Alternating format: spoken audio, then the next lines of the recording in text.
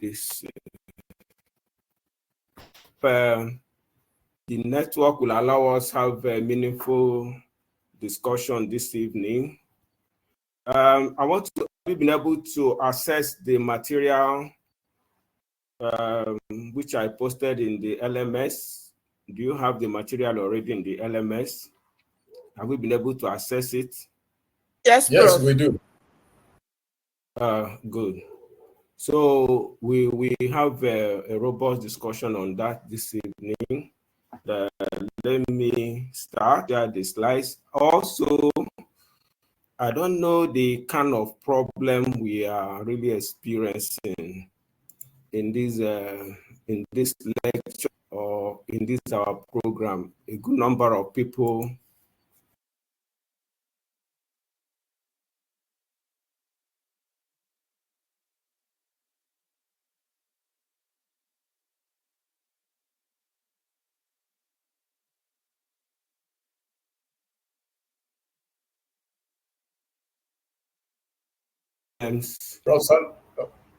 we can't hear you logging in and you can't hear me. I said, why are we experiencing problems logging in and enjoying the class? So many things coming left, right, center, logging in issues, not knowing how to join the LMS, and all manner of questions. Even the IT units that are in fact working themselves out in a particular program. I don't know what to do. I don't know. I will first of all advise that if you're having this lecture with your phone, you make meaningful progress. I'll keep saying it. You can't make meaningful progress. You need a laptop. You need to get a laptop. And also, if you're hotspotting to do log into this program, trying to share data by 500 MB and all that, you cannot enjoy this class. Rather, you need to buy broad, spend your money, you're not paying any fees. Spend your money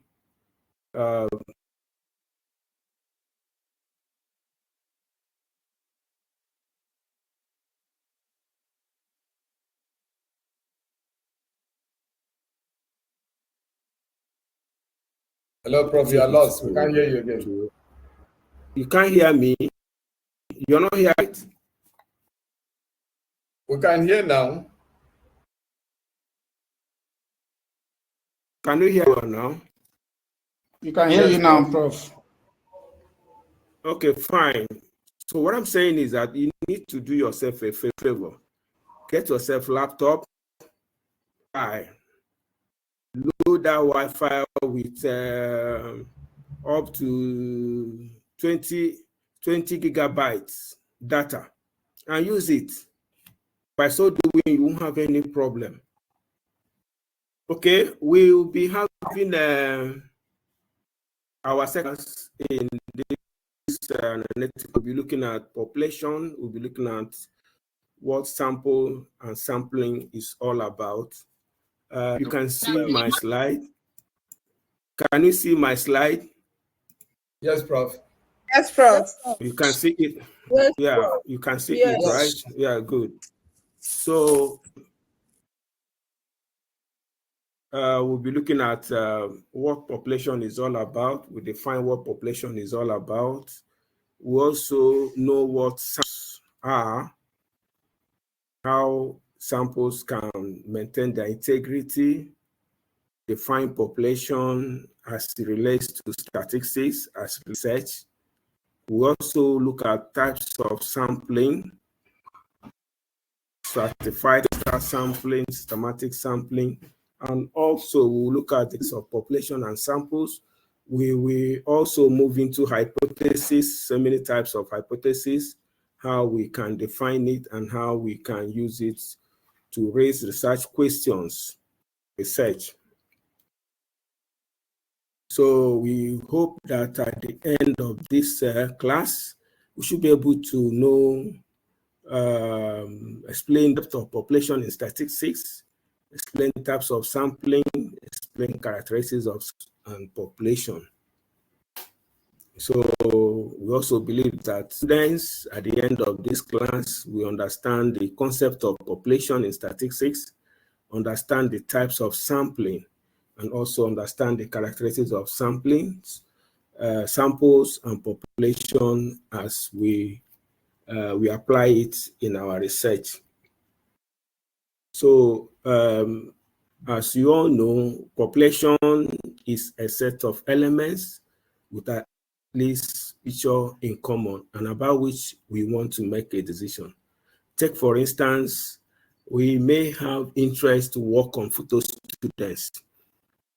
Maybe determine one of you about photos, how the percentage that are female or percentage that are male, or how we can't continue to emphasize on this. Once you join this class, you mute unless you want to ask question or you want to make contribution that you and make that contribution. We can't begin. We can't be disrupting others. So mute. Learn how to once you class.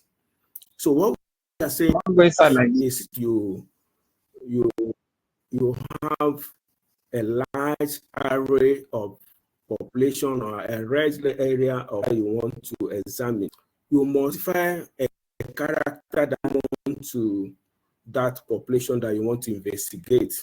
Let's assume that we want to find out how rich and photo undergraduate students are, as to determine the new field. We want to graduate that character. We are not looking at we are not looking at part-time students, evening students. We are looking at full-time undergraduates. It's a character common element we are looking at. Then the work graduate has identified the elements and has separated it from other categories of photo students. So the name graduate specifies the type of student. All these are features that define population and set it aside from other students, that the part-time, the postgraduate students, and so on and so forth. So what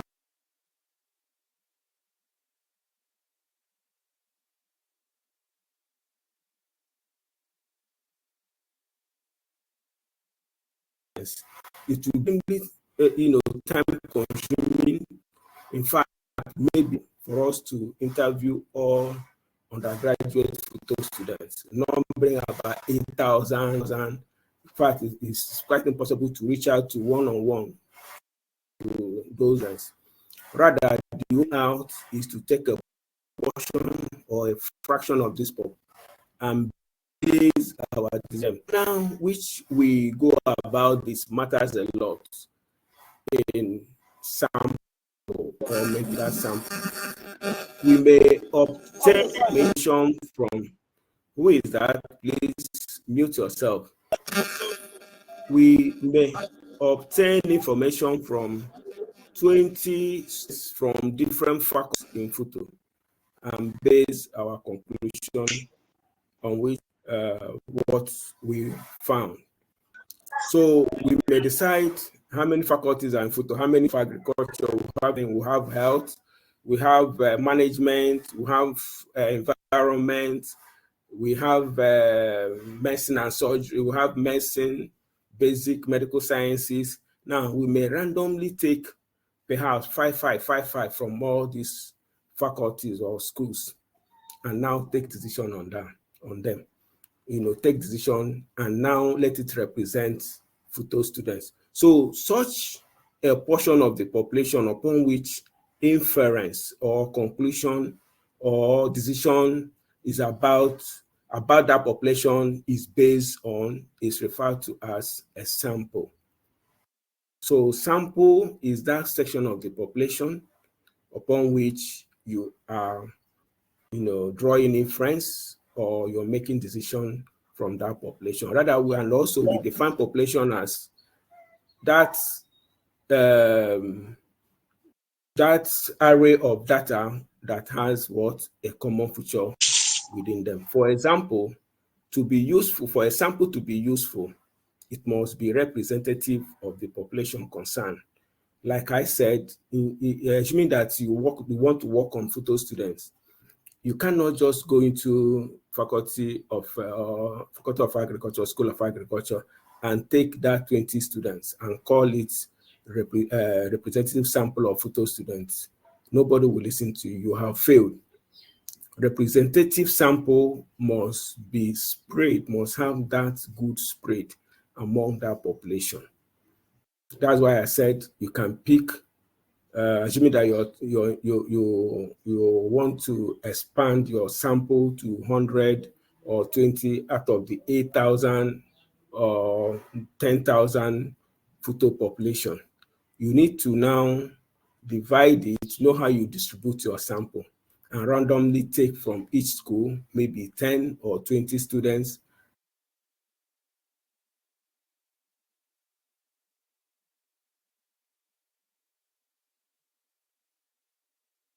Objective. So the manner you take your sample matters a lot, matters so much as to the decision you will take from that population. Now, types of sampling.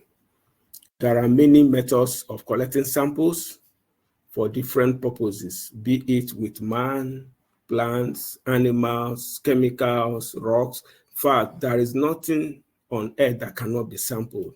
It can sample air, it can sample rocks, it can sample animals, it can sample physics, even your tears, physics, nothing that cannot be sampled, and now take conclude or take decision from it. Now, we have random and non-random sampling techniques. Non-random sampling techniques can be divided, or we have some examples: self-selecting samples, samples that distinguish themselves.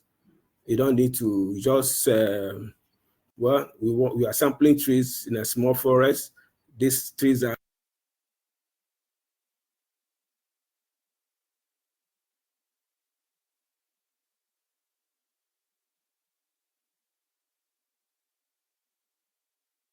distinguish, you take them. Now, convenient samples, well, you're asked to, sample, send questionnaires to students from Niger Delta, and perhaps you have roommates that are, from Niger Delta. You don't need to go out. You say, I have filled this questionnaire for me. You throw it from your bed to him or her, the person will fill. You walk out in your corridor, hello, are you from Niger Delta? Yes. Convenient. You don't need to go out beyond your reach, or where you will need to, talk to people, go far, to do your sampling. Rather, you sample at your convenience. That is sampling, that is convenient sample. Judgmental. You have your sampling, you now move into the field, you decide that this person is tall, I don't like tall persons, I will not give you the questionnaire to answer, or I will not take this sample. This plant is infested, I don't like it, I'm not going to sample this plant, rather I will sample this one that is healthy.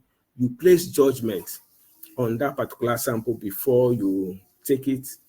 You're not being objective. You're imposing your ideas, you're imposing your decision on that sample, judging before you take your sample. So that is judgmental samples. Quota sampling. The interviewer has been given quota, maybe to fill from specified subgroups of the population, maybe 20 women, 20 to 30-year-old, you take the sample. You have a quota to fill, and so on and so forth. So in that particular sample is called, referred to as the quota sample, because you already have a quota that you want to fill. And what you're going to fill, where you're going to take the sample, the type of sample you're to take have also been determined. So what are the drawbacks? The key drawbacks is so biased that this sample of random sample is quite biased, and cannot be representative of the population. We already know that for the sample to have good integrity, it must be representative enough.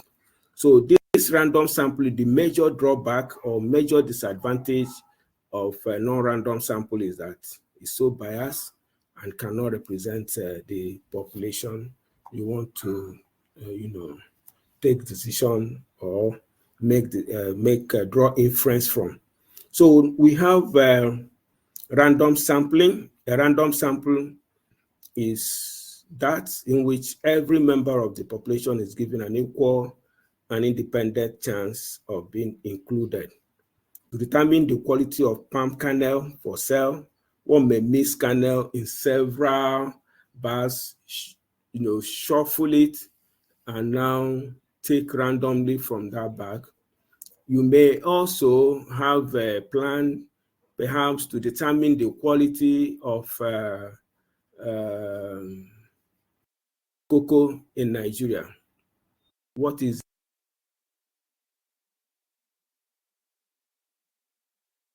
able to fungi attack?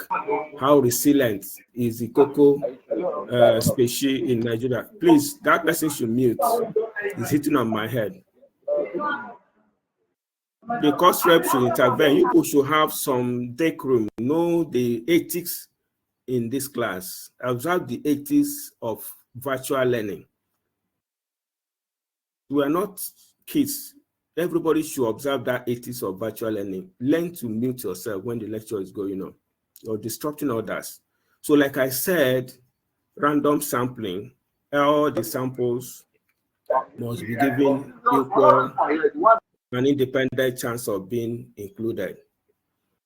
And I want to give you an example. Take, for instance, you're conducting a research to determine the quality of cocoa seeds planted in Nigeria, or the quality of Nigerian, cocoa seed, whether it has very high nitrogen content, or whether it has very high susceptible to fungal infection. Let me not identify this person. I will remove the person from this class. That person that is making this noise. If I notice you again, I will delete your name from this class. You should learn how to do virtual learning. Now, what you need to do is to take samples across all the sections of this country.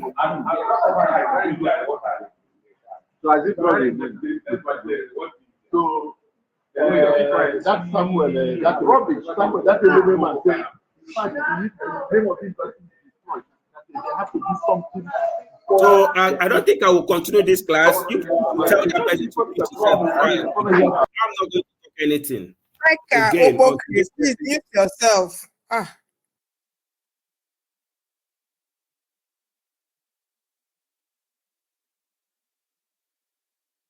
I don't know why we should be behaving this way. We never experienced this in the first set in this class. We didn't experience it. Is it because nobody has placed any charge on this class or so? People are just behaving anyhow you like, asking questions, unnecessary questions about this program. Simple method, simple. You see, the person is still have not even corrected it. Okay, let me. This is not good. What are you too much? Let's go again my letter. So they do not think that I'm taking anybody when I'm doing my job.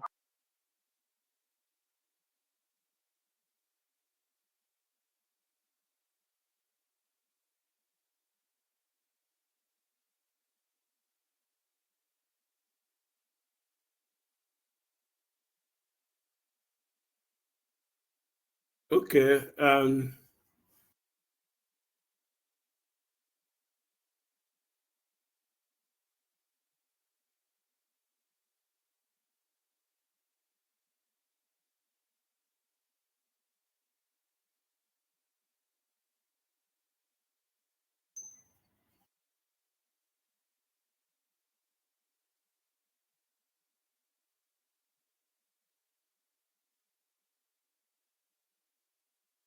Where are we? I don't know why this thing is showing me.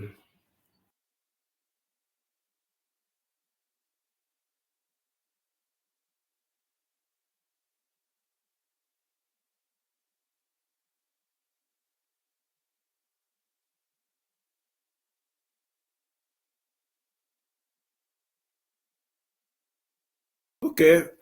Now, what we are saying is you reshuffle from that palm kernel bag, you shuffle out portions from the bag.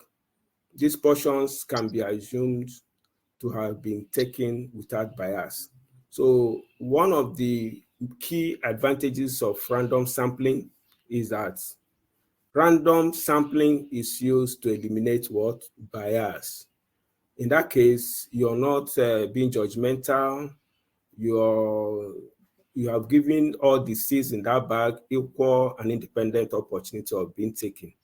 Take, for instance, I have $2 million to give to MSc students of this program. What strategy will I take in order to give two individuals $1 million each, so that I won't be accused of being biased? What strategy do you think I will use to make sure that each person, the successful individual, two lucky individuals will receive these grants, maybe for this their program? Who can tell me? Can somebody unmute and explain to me the best strategy that I can use to choose the two lucky individuals that will get this grant? Let's use it to explain. I think you will select randomly. How do I do the random selection without being accused of being biased? Okay, hello, Prof. Yes, go ahead. Yeah, so you will write the names of each of the students in a paper, fold it, squeeze it, and put it in maybe a basket or a container and shake it, and then pick randomly without, knowing which name is written in any paper. I think that's the best. What if two persons are bearing the same name? Anyway, you're very close to the answer. Another thing is to give everybody a number. Everybody will pick a number, or you pick yes or no. I will put 2 yes in that draw, and rara, assuming that you play 200, I will put 2 yes, and the remaining numbers, if 200, then 180 will be no.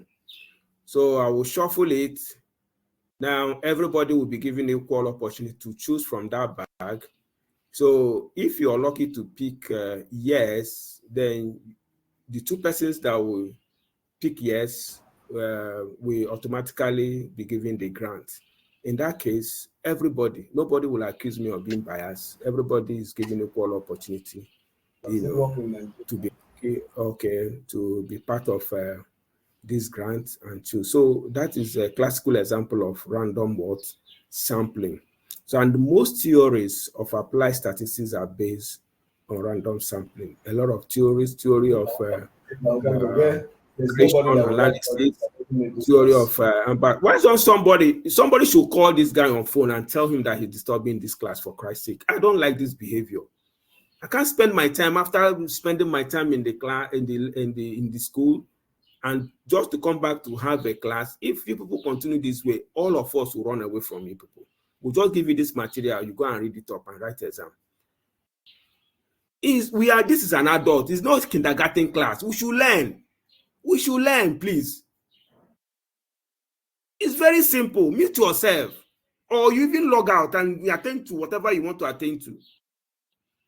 Please write down your name in the attendance box. I will download it at the end of this class. Now, key disadvantage of this randomization or random sampling is sometimes samples collected randomly may not be representative of the population. It is very correct. Take, for instance, this example I gave you. What if there are two brothers in this class? Two of them will pick yes, and perhaps The two brothers are very, very rich. They came from very rich families. What about when somebody who is indigent in the class that will need it most? So it may not be a representative, or even the two persons, lucky persons, may be all female, or the two lucky persons may be all male. Is it representative? It may not be, or they even from one side of the country. So it doesn't give a representation of the population. Most times, random sample is skewed to the left or skewed to the right, as the case may be. So in agriculture, the same treatment may be assigned to adjacent plots of land just by chance, and that will not give you a nice reading, so to say.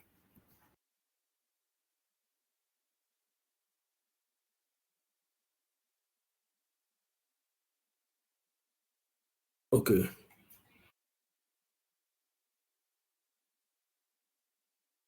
Now, we have examples of random sample. We have stratified, we have cluster, we have systematic sampling.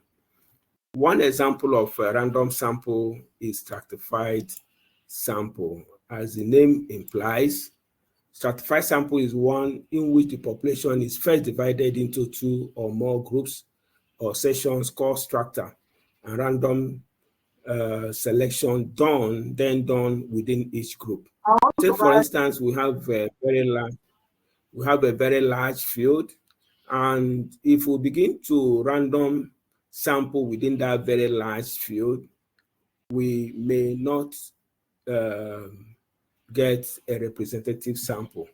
Take, for instance, we want to sample soil, and maybe that same area, we have slopy and flat areas. If you do random sample within that area, we may find out that all the soil samples may fall within the slopy area, valley, or flat land, and that will not give us a better result, maybe of the soil nutrient distribution in that particular area. So we may likely stratify that particular large area, maybe into groups or 3 groups.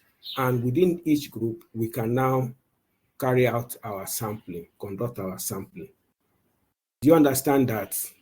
That is a classical example of stratified sampling. A field of established crops can be divided into sections before soil or plant samples are taken randomly from each section. One of the key advantage of selected units are more representative of the population than those of straight random sampling. A very large football field or a very large area that you want to take soil sample or even plant sample, as the case may be. You want to sample there in that large area, perhaps 500. If you move around, take may not really to stratify, divide that particular portion, 500 meters squared, perhaps into 40 or 50 square meters. And within each 50 square meter, you carry out your random sample. By so doing, taking a representative sample of that 500 square meter area. The main problem lies in informing reasonable strata. Ideal units within each strata should be more uniform than those between strata. So more making sure that you divide equally time. But however be the case, we have reduced the chances of not taking a representative sample. So we have another one, the cluster sampling. Cluster sampling is similar to stratified sampling. The difference is that in this case, units of the population exist already in some groups, which the researcher takes as strata. Take, for instance, I'll give you an example. You are interested in studying heavy metal heavy metal distribution along Enugu-Port Harcourt Expressway. You're interested to work heavy metal soil distribution along Enugu-Port Harcourt Expressway.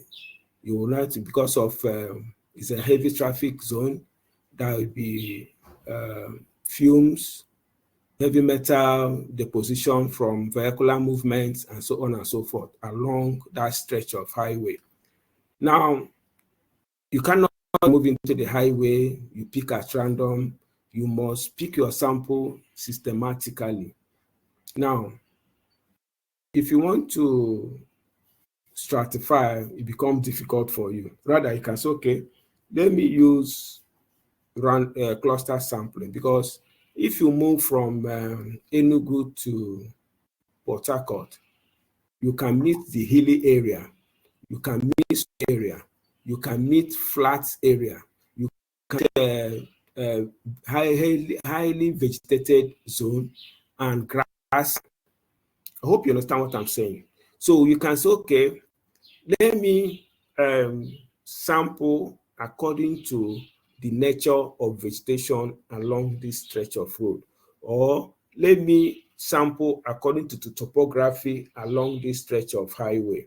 You can say, I will take from the hills and the valleys, I will take from soil close to river banks, I will take maybe highly vegetated till you exhaust the length and breadth of Enugu on Port Harcourt Highway. So what are you doing? You are now using already existing natural groups as clusters, as strata in this sampling. So stratification is based on the natural characteristics of the population within your sample frame, within the area of your population, okay? For instance, in natural ponds, water may collect in different pockets. In plant communities, different parts of the field may have different degrees of shading or different plant species. Therefore, in sampling for fishes or insects, one may take the various ecological niches or strata and regard them as strata or clusters and now carry out your sampling. Is that clear? This one is a little bit different from the stratified sampling method. Right? Whereas stratified sampling, you as a researcher will go in and carry out your division, carry out the parcellate your sample area, but for the sake of that of cluster sample, you rely on the nature of the area and your sampling. You depend on the natural situation on ground and carry out your sampling. Now, one advantage of cluster sampling is that samples are usually representative of the population. Who can tell me? Of course, you already have the material, so there's no point asking you questions. Key disadvantage of this is to have not the clear boundaries. Sometimes there is no clear boundaries of between a hilly or a flat area in terms of the vegetation type or the soil type. Delineating the boundaries clearly becomes an issue. So that is a key disadvantage of cluster sampling. That is a key disadvantage of cluster sampling. One key disadvantage is that what? Samples are usually what? Representative of the population. Whereas a key disadvantage is getting a clear boundaries from each of the natural groups. Having clear boundaries from each of the natural group is a key disadvantage of cluster sampling. Systematic sampling. A systematic sample is one in which elements are selected from predetermined interval from the population frame. Now, For this systematic sampling, you would have made up your mind, perhaps in your room, in your hostel, you lay out your plan. If I get into this class, the first person in this first row will be interviewed. The third person in the second row will be interviewed. The fourth person in the third row will be interviewed. This is your plan. Or if I get into the field, the first three in the first move into the plantation plant. I will sample the first plant in the first row, fourth one in the third row. What I'm saying is you would have determined what you're going to do in the field. You would have determined what you're going to do in the field from the comfort of your home before going out to the field. In that case, you have also removed biasness, as the case may be. Let us consider examples from different aspects of life. In a rubber plantation, a farmer may decide to sample the 10th plant from every third row, beginning from the entrance point. Soil scientists may lay a grid on field. You know what grid means? You just kind of chart or a chart, lay it out. And now within that grid, each of the grid, you say I'm sample, the first sample, the third, the fourth sample, wherever the grid falls in the field, you take your sample, you consider that place as your first sample point, your third or your fourth sample point, as the case may be. In all these examples cited, note that the decision on which unit to sample is made beforehand. Like I said, you must take that decision before getting to the field, before going to where you take your population and carry out your sampling. Very important. Very important. You must make that decision before going to the field to carry out your sampling.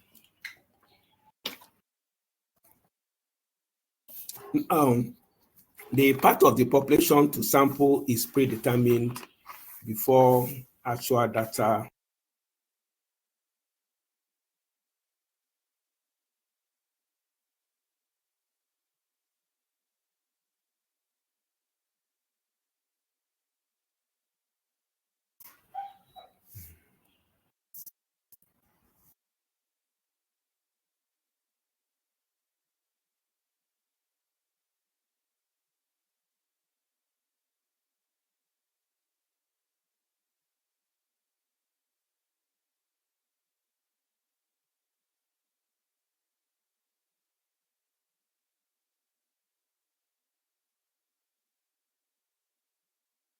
I hope you're hearing me. Well, can you hear me right now? Yes, Prof. Yes, Prof. Prof, we're hearing you. Well,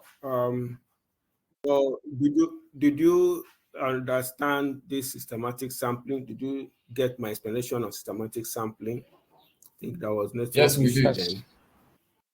Did you hear my explanation on the systematic sampling? That Like was network problem. I didn't get it. We heard you. What I'm saying is that we are good.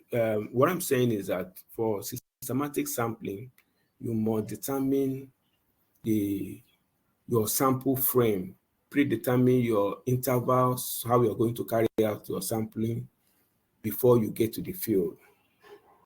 Okay, you make your notes, label your grid before going to the field, and decide your grid falls on, and decide where you take your sample. It's a systematic way you determine what you're going to do before you get your. Now, generally in sampling, what informs the number of samples to collect is based on common sense, and the following must be considered. The degree of precision required. what precision do you need in this experiment? You need to be so accurate. So in that case, more samplings. You need to expand your sample frame as much as possible so that there will be higher degree of repeatability of the course, have a degree of precision of the results you're going to obtain. Time and money available. You know, there are samples that you will cost you money to obtain. You need to travel so many places, you need to travel far, and you may spend money on transport and also the time available for you to conclude that research. So these are, possibilities either to increase or reduce the number of samples to collect. Nature of data to be collected. There are data you may collect that, take for instance, you're looking to you want to sample the tear of a small baby or an adult. How do you do it? If you take one, if you're able to get one, becomes you're very lucky. Or the nature is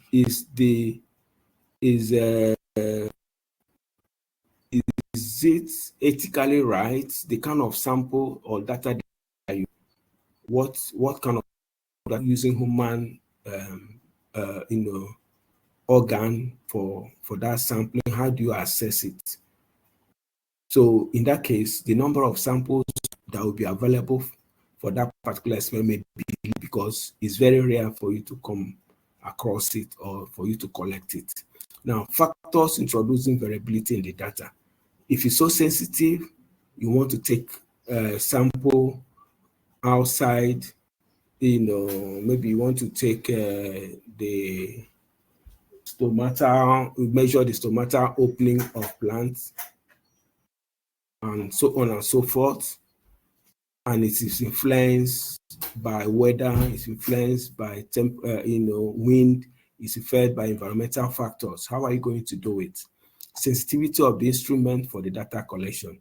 If the instrument is so sensitive that the temperature, environmental temperature will affect it, humidity will affect that instrument. So how do you do? If you're able to get one data or one sample at that point, before you only have to wait again before the temperature stabilizes or humidity stabilizes and so on and so forth for you to get more data. So sometimes there are so many factors surrounding the number of data that you ought to take in any experiment. Okay. Any question?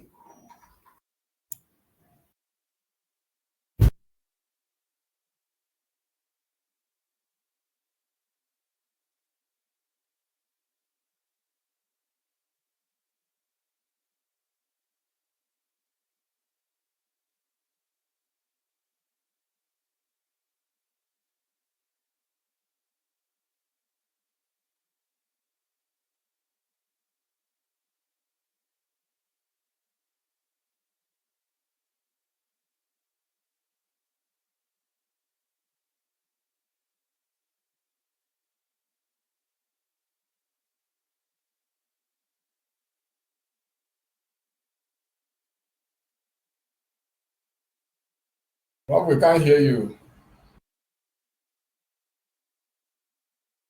I can't hear Prof. Oh.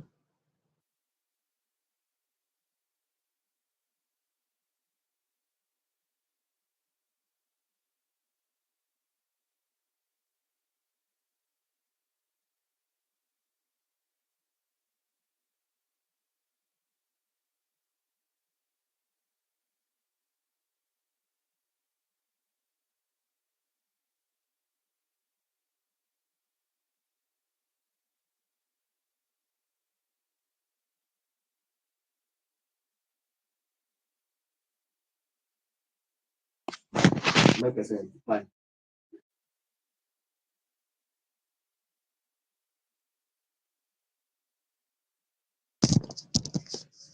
I'm not hearing anything. We're not hearing anything. Prof, we've lost you. We can't hear you.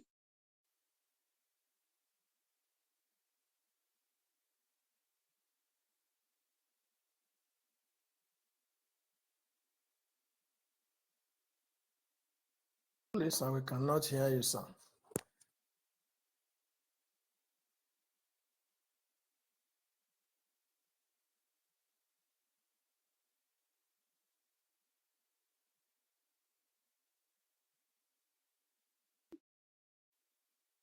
Just your audio.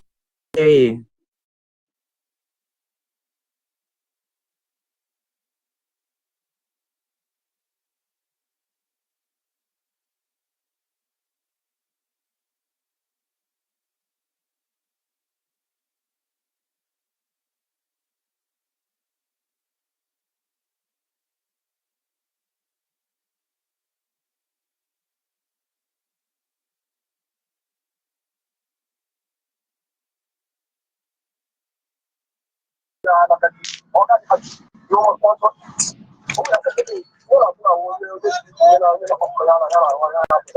Prof, we've lost you. We cannot hear you.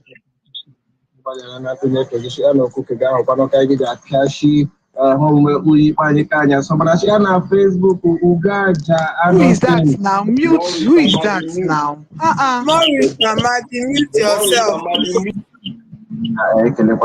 issue support to Ndibagala Ojigi Yagajulage.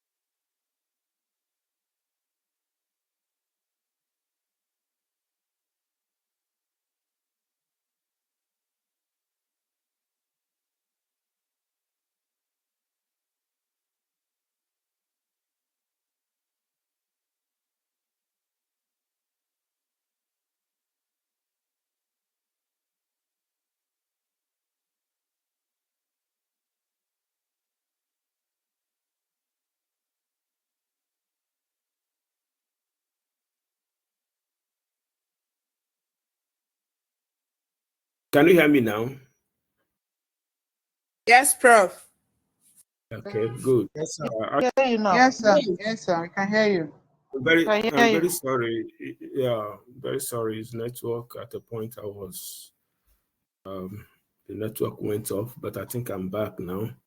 So we concluded. I tried to explain to you what so many symbols we can come. Will be coming across in our study of this research analytical methods. Like you can see on the screen, population mean, population variance, population standard deviation. Most of these things will be coming across. I will encourage you to read, call up your undergraduate statistics notes and familiarize yourself with all these symbols. Okay, it will help you. I also try to summarize our learning on samples, what determines the number of samples, because sampling is very critical in your research. If you don't take your sample wisely, you may run into problem with your examiners. Okay, and also maintaining the integrity of your sample, knowing the number of samples you will collect, depends on the precision of the experiments you're carrying out. It's very important. And there are samples that are influenced by environmental factors, or samples that are difficult to come by or even expensive to come by. It will cost so much money and time. So these are things we influence. It's common sense, depending on the kind of research you're conducting. You must agree with your supervisors and know the sample that you will collect. So having said that, I now move over to hypothesis testing. Like I said, hypothesis testing is so important. From your title of your thesis, you will now raise research questions. And now construct, Joseph, please mute yourself. You will now construct your hypothesis. From that hypothesis, you will now move into the field to collect data. At the end of the day, you can now come back and see whether you accept or reject either of the hypotheses. Like I define hypothesis here as a statement or claim about a property of a population. A hypothesis is a statement or claim about a property of a population. I will go back to our earlier example concerning photo undergraduate students. Somebody can come and say, photo undergraduate students are rich. That is a statement of that population, property of that population. It's a statement I've just made. Nobody knows whether that statement is correct or not until we have moved in to interview these students, perhaps ask them a few questions about their background and how they are faring and things they like, where they eat, how much they have in the bank, how often do they change their clothes, and so on. How many of them take bike to their classrooms?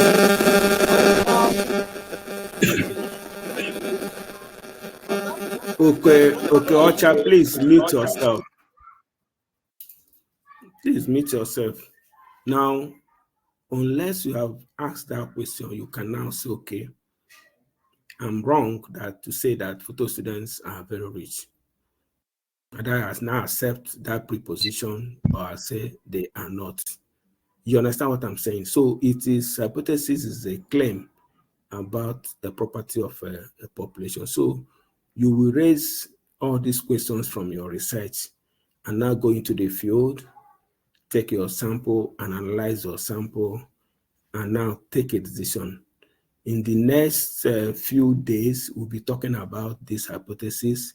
We'll have a number of examples, and so many other. My colleagues will also come. He will also be talking about this hypothesis and other statistical tools within which you also use to test the hypothesis. We'll be talking about it, between now and the next couple of weeks. Now, the fundamentals of hypothesis testing.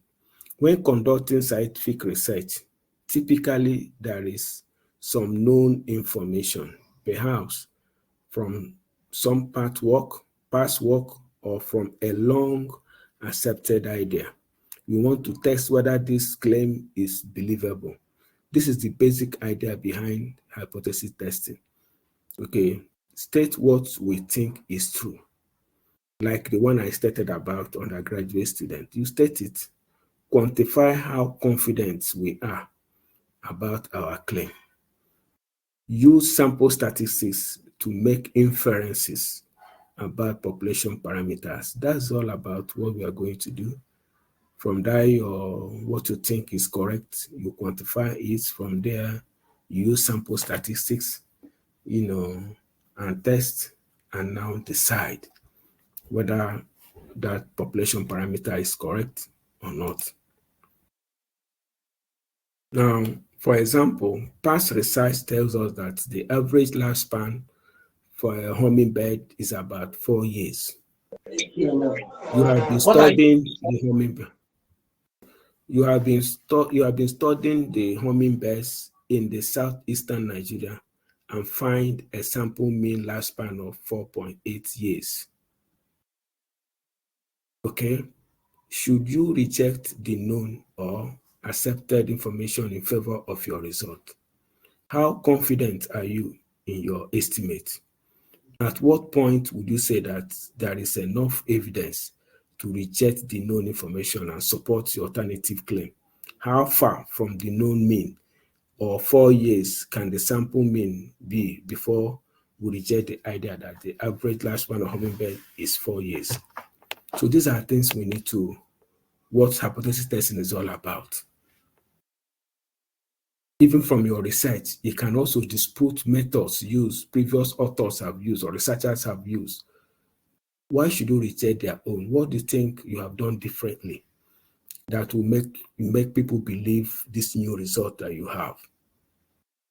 These are important. These are all areas of research, what we need to do and understand the systematic way of raising the questions and deciding and throwing away what is known already and now what you think is the correct thing. Now, hypothesis testing is a procedure based on sample evidence and probability used to test claims regarding a characteristics of a population. A hypothesis is a claim or statement about a characteristics of a population of interest to us. The hypothesis test is a way for us to use our sample statistics to test a specific claim. These are all hypotheses explained in different ways. Claim testing is a procedure, claim or statement about the characteristics of a population. So these are all aspects of hypothesis testing. No matter the way you look at it or consider it, it's all about hypothesis testing. Now, let's look at one example, one scenario. Example 1, the population mean weight is known to be 157 kilogram. We want to test the claim that the mean weight has increased. That is another way of how do you go about it. The population mean weight is known to be 157 kg, maybe of maize, of yam, or or potato, or what have you. Now we want to test the claim that the mean weight has increased. Maybe after 1 month, this is the mean weight for perhaps yam cultivated within the southeast. Their mean weight is always 157 kg. Maybe after rainfall, after a certain period, we will now harvested. How do we claim? Perhaps the mean weight now is now 167. I hope you're hearing me because the network is going down. Are you hearing me now? Are you still hearing me? Yes, sir. Yes, sir. Okay, Yes, sir. good. Fine. Yeah. Now I said in example 1. Yeah, we said, for example, the mean weight of yam cultivated within Imo State is always 157 kg. Now, Imo State experienced some level of drought this rainy season, or we experience high rainfall this period, and we think that the mean weight has increased to 167. The mean weight has increased to 167. Now, if it has increased to 167, now that we already have 157, do we regard that as a statistical increase or a chance event? How do we regard it? Now, it's only when we now test. Chukwuebuka Uzije, please mute yourself and can go ahead and do whatever you want to do. Now, is it a chance? So this is a typical scenario of hypothesis testing. You now need to go into the field, take the mean value, take the original one, now go into the table and now take a decision. Nice. Actually, it has increased. No, it has not increased. Whatever increase, the 167 mean weight is judged by a chance. It cannot be regarded as increase. Now, example 2. 2 years ago, the proportion of infected plants was 37%. We believe that a treatment has helped, and we want to test the claim that there has been a reduction in the proportion of infected plants. This is also a hypothesis testing. Now, you apply some treatment, you believe that there should be a reduction in the infested plants, maybe from 37% to 20% reduction. So you now carry out a hypothesis by carrying out an experiment, taking the samples, and now taking this. So we just giving you scenarios before we now move into the main practical application of this hypothesis testing. Now, the null hypothesis is a statement about the value of a population parameter, such as the population mean or the population proportion, P. It contains the condition of equality and is denoted as H0. One, H0 and equality. Equality means equal to H0 population 157 or H0 proportion. Remember we said 37% infested plants. Is it reducing? What is it reducing to? Now, we also have what we call alternative hypothesis. Remember, we have null hypothesis, that is a statement of claim about the population. It's a statement about the value of the population, such as the population mean or the population proportion. So like the previous example, we noted the mean value of yam produced in Imo State is 157 kg. And the proportion of infested plants in Imo State is 37%. After treatment, has it reduced, or did the treatment impact on the number of infested plants? So that all these statements, we refer to them as null hypothesis. Alternative hypothesis is the claim to be tested. Has it really increased? Has it decreased? And so on and so forth. And it's always likely to be the opposite of the null hypothesis. It contains the value of the parameter that we consider plausible and is denoted as HA. I want to believe that we have come across all this in our undergraduate statistics. We are not just hearing them for the very first time. Now, it is also denoted as population either greater or less than or not equal to. In the example that we have mu population is greater than 157 because we said it has increased, or null hypothesis, it is not equal to 0.37. If you read the question, you agree with me. Then the test statistics is a value computed from the sample data that is used in making a decision about the rejection of the null hypothesis. The test statistics converts the sample means or sample proportion to a Z or T score under the assumption that the null hypothesis is true. Under the assumption that it is used to decide whether the difference between the sample statistics and the hypothesized claim is significant. So we look at, of course, our Z table, our p-value, probability table, and T-score. We'll be coming across them. We'll download copy from the internet and be using them. Now, p-value is the area under the curve to the left of the test statistics. It is compared to the level of significance than alpha. The level of significance, normally alpha can be 5%, can be 1%, as the case may be. It can be 0.5%, as the case may be. The critical value is a value that defines the rejection. So we are going to look at the curve in a short while. We look at the curve and now see the critical value, areas of rejection and areas of acceptance, and so on and so forth. Now, the critical value is the value that defines the rejection zone. The test statistic values that will lead to rejection of the null hypothesis. It is defined by the level of significance. The level of significance alpha is the probability that the test statistics will fall into the critical region when the null hypothesis is true. This level is set by the researcher.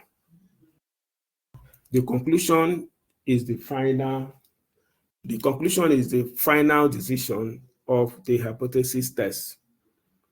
Conclusion must always be clearly stated, communicating the decision based on the components of the test. It is important to realize that we never prove or accept the null hypothesis. We are merely saying that the sample evidence is not strong enough to warrant the rejection of the null hypothesis. Okay, the conclusion is always that we don't have sufficient evidence, to accept the null hypothesis, as the case may be. Now, rejection or fail to reject the null hypothesis, and two, there is or is not enough evidence to support the alternative claim. Option one, reject the null hypothesis. This means that you have enough statistical evidence to support the alternative hypothesis. Option two, fail to reject the null hypothesis. This means that you do not have enough evidence to support the alternative hypothesis. So whichever way is evidence matter, because you may reject the alternative hypothesis that the mean weight has not increased. Perhaps you may not have collected enough data. If you may have collected enough data, perhaps the mean value would have shown that actually there was an increase, maybe because of the rain or because of the lack of rain within that period, based on the example we looked at earlier. Now, the null and the alternative hypothesis, there are three different pairs of null and alternative hypothesis. For two-sided tests, we have null, mu equal to C. C is some known value. Then alternative hypothesis is mu not equal to. We normally refer to that two-sided because it can increase or it cannot increase. But the thing is that the one fact is clear, that there is a change, something changed. That you are alleging that there is a change or there is no change. If there is no change, means that you uphold the null hypothesis. But if there is change, then you uphold your null hypothesis, your alternative hypothesis. Okay. Then left-sided means that whatever treatment reduce or has less impact on the value, or it didn't have any impact at all on the value. That is null hypothesis, there is no effect. But alternative hypothesis, there is a reduction. That is for the left-sided. Right-sided is always talking about increase, whereas left-sided is always talking about decrease. So this is a clear case of, we have three major outcomes when we are looking at null and alternative hypothesis, whichever way it occurs. Either we are considering two-sided, we are considering left-sided, we are considering right-sided. Now, this is our cone. This is our area of,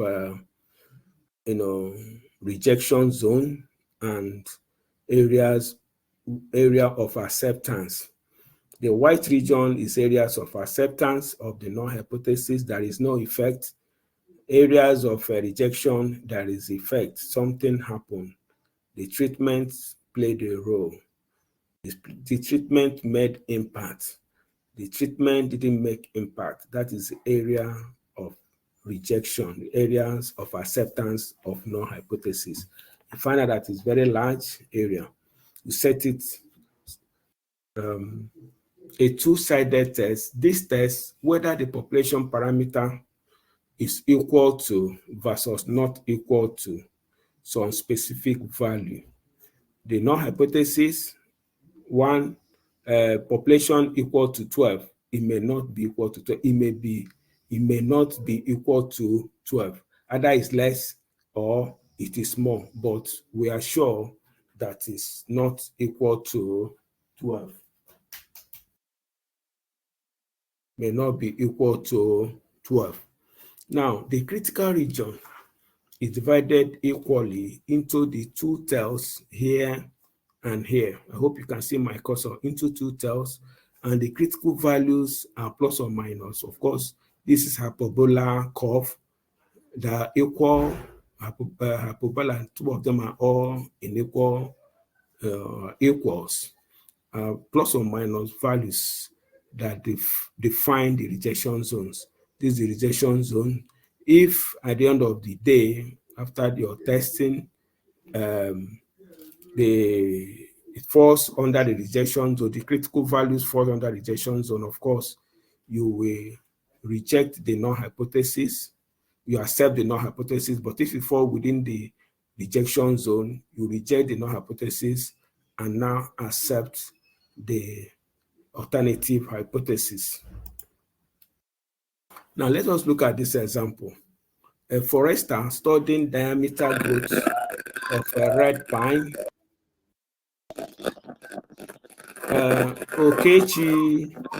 Okechi Agomo, please please kindly mute yourself. Let's conclude. We're almost rounding off. A forester studying a diameter growth of a red pine believes that the mean diameter growth will be different if a fertilization treatment is applied to the stand. He has not claimed that it will increase it or it will decrease the diameter of the pine. Look at the question carefully. A forester studying diameter growth of a red pine believes that the mean diameter growth will be different. He didn't say will increase. He didn't say will reduce, but will be different if a fertilization treatment is applied. That is a two-sided test. Is applied to the stand. So the null hypothesis will regard the current mean diameter, that is the population mean diameter, to be 1.2 inch per year. Now we are saying that after this fertilization treatment, it may really change. It may be 0.2 or 1.4 as the case may be, but rather we believe that there is going to be change. So it is a two-sided test. This is a two-sided question, as the forester doesn't state whether the population mean diameter growth will increase or decrease. And why I'm emphasizing on this, because in examination, nobody is going to ask you to use a two-sided test or use one-sided test or use right-sided or left-sided. It's from the question that you will know that it is one-sided or it is two-sided. That is why I'm emphasizing on the nature of questions that will lead you to knowing the test statistics you're to use. A right-sided test. Now, this test, whether the population parameter is equal to or versus greater than, that is right, greater than some specific values. And look at how it is stated. The null hypothesis is equal to 12 and alternative hypothesis is greater than 12, because it is right-sided. Now, the critical region is in the right tail, and the critical value is a positive value that defines the rejection zone. If we go back to the hyperbola curve, you will now see that one, of course, we're going to see an example of it. Look at it. This is the right-sided test, the right-sided test. The rejection zone, this is the critical value, and this is the area of acceptance. Somebody is raising his hand. Dorothy, you can go ahead and talk if you want to say something. Unmute yourself and talk. Can you hear me? Can you hear me, Dorothy? You're raising your hand. You want to say something? Go ahead. Let me give you some minutes to. Sir, please increase the volume of your listening. We can't hear you. Is that the situation with everyone? Is that the situation with everyone? I can hear you. I can hear you clearly, sir. Okay, good. I think Dorothy, maybe from your device, or I don't know.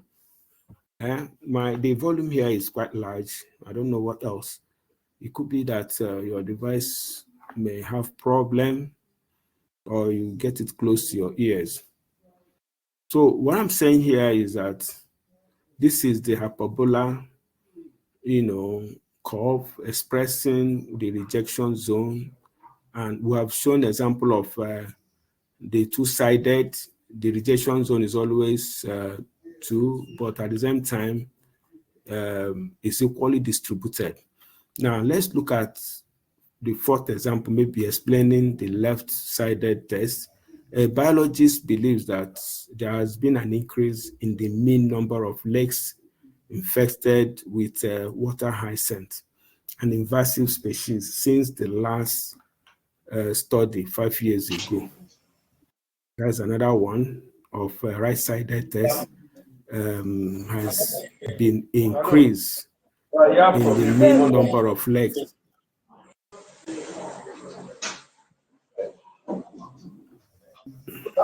So this Bokri, I don't know what you're up to in this class. The course rep should talk to this man. Let him know how to. He can't just be behaving as if nothing matters at all. Huh? Yes, sir. You should talk to him.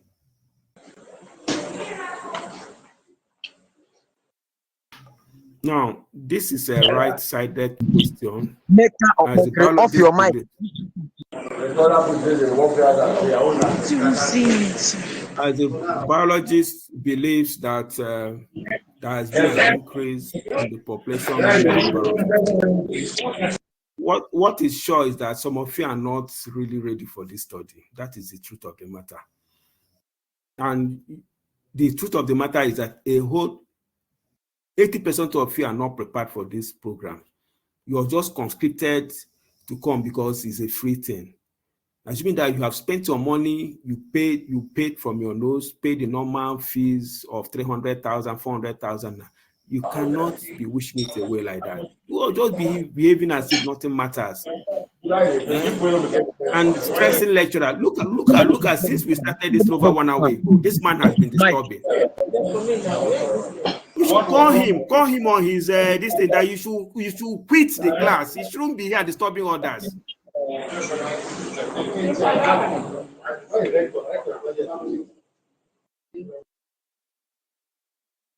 This is a right-sided question, as the biologist believes that there has been an increase in population mean number of infested lakes.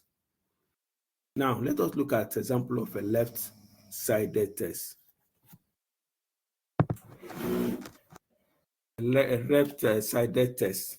This test, whether the population parameter is equal to versus less than some specific value. Null hypothesis is equal to 12 versus is less than 12. The critical region is in the left tail, and the critical value is a negative value that defines the rejection zone.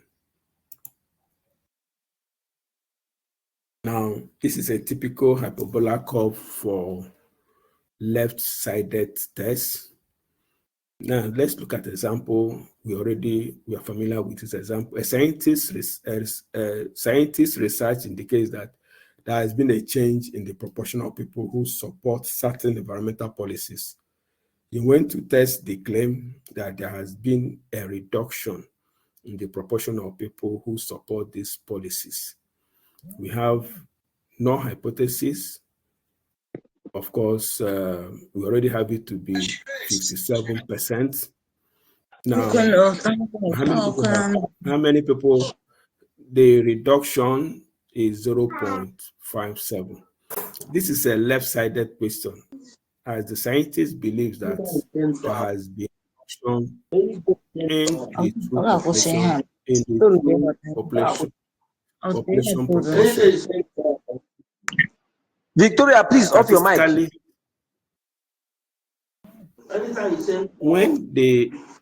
When they observed results statistically significant, you may be wondering.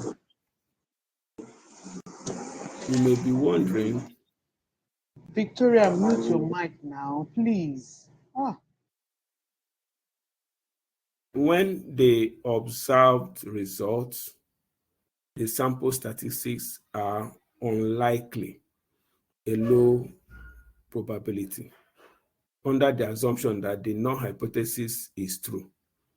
When the observed results, the sample statistics are unlikely, a low probability, under the assumption that the null hypothesis is true. When you have a low probability, we say that the result is statistically significant, and we reject the null hypothesis.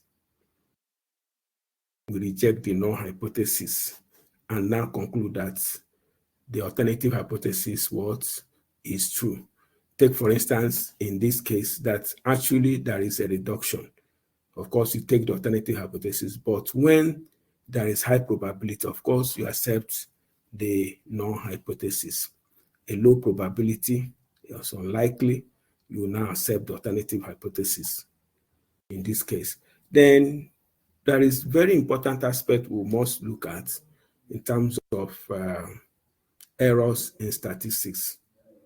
When testing, we arrive at a conclusion of rejecting the null hypothesis or failing to reject the null hypothesis or accepting the alternative hypothesis. Such conclusions are sometimes correct and sometimes incorrect, which is true. Let's take, for instance, a situation where there is an epidemic in Nigeria, and maybe Chinese government have produced a vaccine, and Nigerian government wants to buy that vaccine in order to, use it to treat or to immune or to solve this problem of epidemic disease in Nigeria.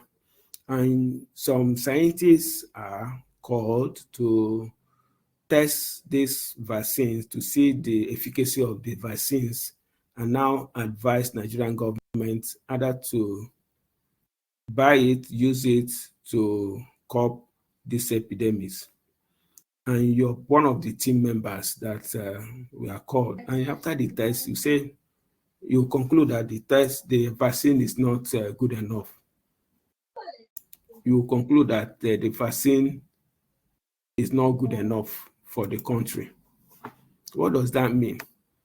And now the epidemic will ravage the country and kill thousands, whereas the vaccine is true, whereas the vaccine has high efficacy.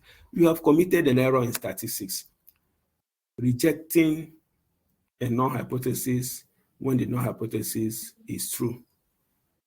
So it could be that you may not have carried out the procedure properly, or you may not have collected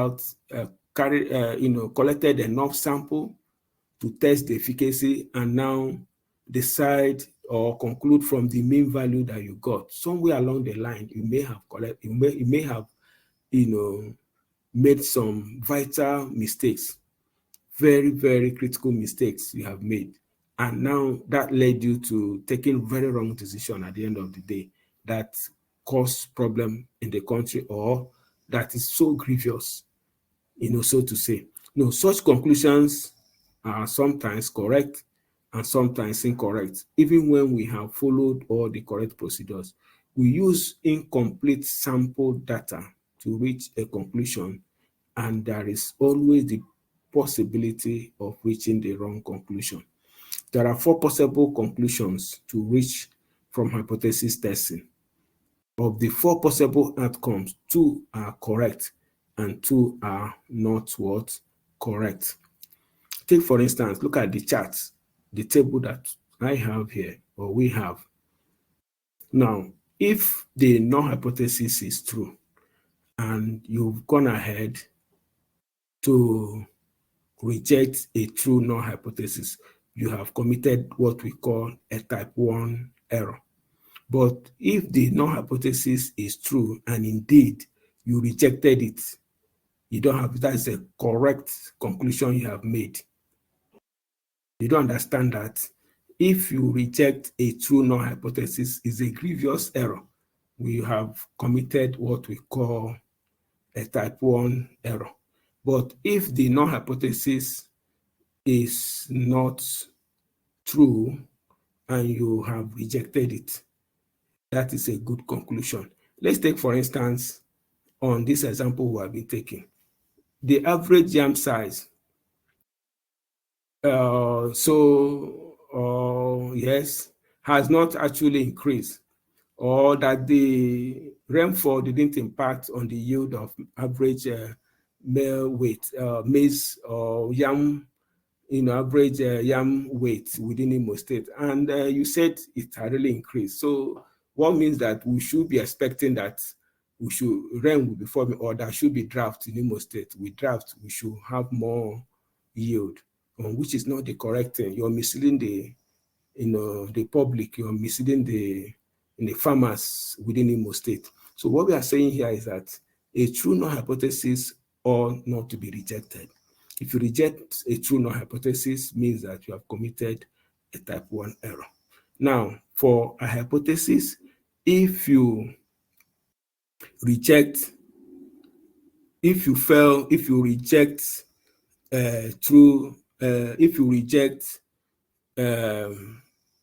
null hypothesis that is not true, that means you have committed a type 2 error.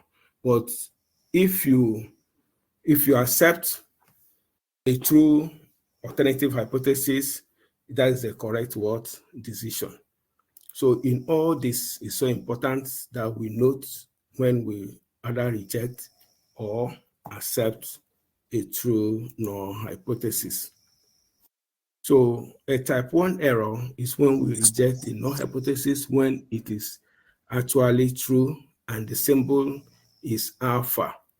It's used to represent a type 1 error.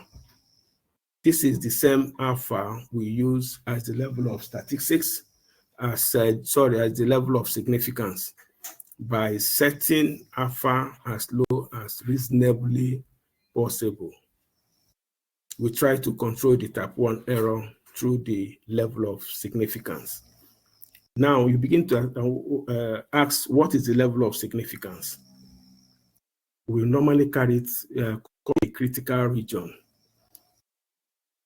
The alpha, the percentage we have taken to error, 5%. We normally cut it at 5%, 1%. 1% is when we need to be very, very accurate in that experiment. But 5% to error, then 95% you're confident that your result is correct. 95 confidence level, then you are giving 5% to chance, to error. Then some experiment, you can also use 1% if you need a very high precision experiment, you're doing high precision experiment, you now give it to 1% at the critical, significant level of significance, we call it a critical region. Now, a type 2 error is when we fail to reject the null hypothesis when it is false. Then we accept the null hypothesis when the null hypothesis is actually false. The symbol is beta and it's used to represent type 2 error. In general, type 1 errors are considered more serious, very grievous error in statistics. Failing to accept a true null hypothesis. One step in the hypothesis test procedure involves selecting the significance level, that is alpha, whether it's 1%, creating it as very high so that the critical region will be very small. It can always falls into the acceptance zone, or if it falls into that you're going to reject the null hypothesis and accept the alternative hypothesis. So the researcher can select the level of significance. The researcher can select the level of significance that minimizes type 1 error. Bethel Amadi, you're raising your hand. Can you unmute and talk? Tell us why you're raising your hand.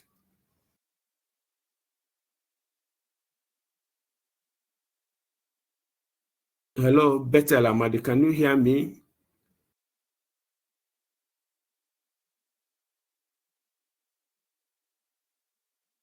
Hello, Bethel, can you hear me? Can you hear me now? Hello, can you hear me? Yes, sir, Prof. We can hear you. Hello. Yeah, I guess the network on my end is coming low and going forth. I don't know, but I'm almost rounding up. We can In hear general, you. type 1 errors are considered. Abdel is offline. Okay, yeah, considered more serious. One step in the hypothesis test procedure involves selecting the significance of this. I think I've explained this, and making sure that we balance it and the relationship as alpha increases, beta decreases. Of course, if you set your critical region to be very low, of course, you have less chances of committing type 2 error. And as A decreases, B increases. As sample size increases, and both alpha and B increase. What this means is that if you increase your number of samples, you are less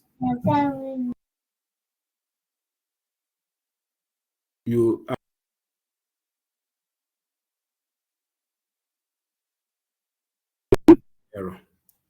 You are likely not to commit any error.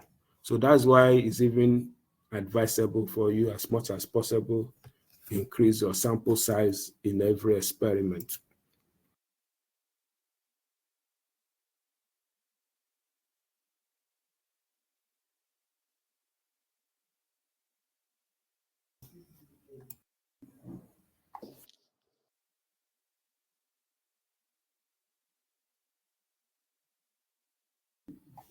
Okay, the natural inclination is to select the smallest possible value of alpha, thinking to minimize the possibility of causing a type 1 error, rejecting a true null hypothesis. Unfortunately, this forces an increase in type 2 error. But since we know that type 1 error is more grievous, so it's better that we, make sure that we consider the smallest value of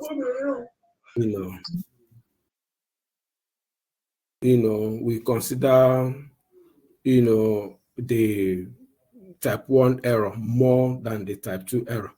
So by making insertion zone too small, you may fail to reject the null hypothesis when in fact it is false.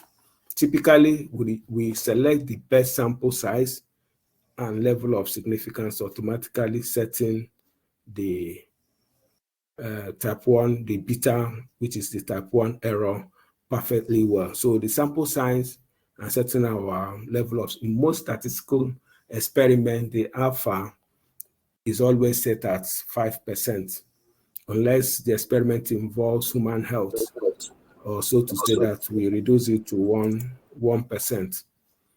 And the power of the test, we normally refer to it as a type 2 error is the probability of failing to reject a false null hypothesis. It follows that 1 minus beta is the probability of rejecting the false null hypothesis.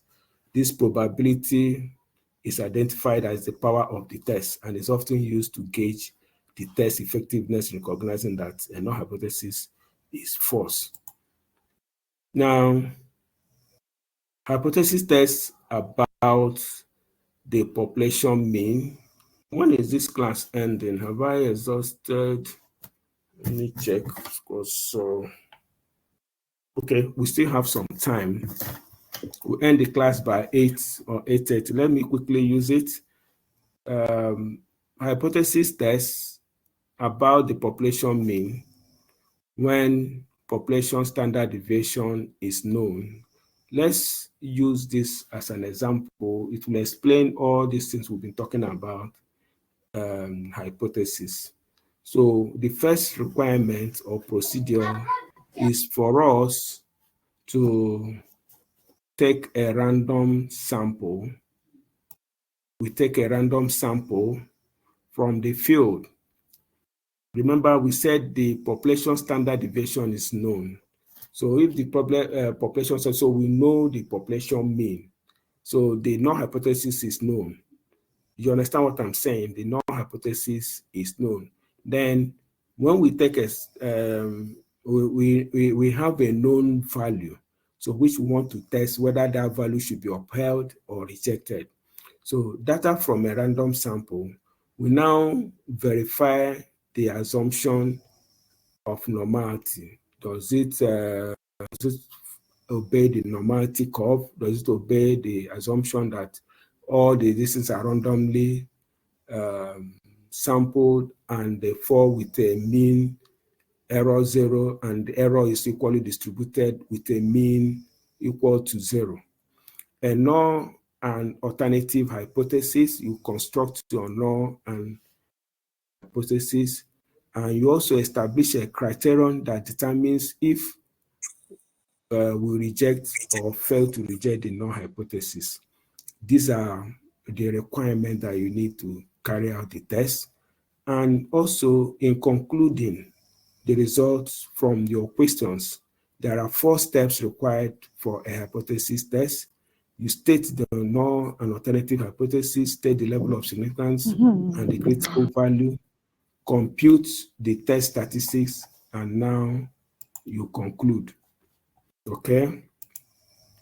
You conclude. So, testing a hypothesis using p-values. These p-values is always easier to understand and follow up instead of the z-score, or the z-statistics. So let's use that. Let's look at the p-values and apply it. Either you use z-score or you use p-values. In any case, you will be arriving at the same answer. The p-value is the probability of observing our sample mean, given that the null hypothesis is what? True. It is the area under the curve to the left or right of the test statistics. If the probability of observing such a sample mean is very small, less than the level of significance, is very small, we will reject the null hypothesis. Computation for the p-value depend on whether it is one or two-sided test. Now, steps for a hypothesis test using p-value. State the null and alternative hypothesis, state the level of significance, compute the test statistics, and find the area associated with it. This is the p-value in the table. Of course, we know our normal probability table. Now, compare the p-value to alpha and state state a conclusion. Instead of comparing this score, of course, we said we're not going to use, let us be consistent and use the p-value all the time. Now, computing values. If it is a two-sided test, of course, you use not equal to sign. The p-value is equal to 2 times the probability of the absolute value of the t-test. If it's left-sided, you have the less than sign, and the p-value is equal to either the left or the test statistics. If test is right-sided, the alternative claims is greater than. We have all explained this in the previous slides. Now, let us look at this example for the using p-value. A forester studying the diameter growth of red pine. Let me see what is here.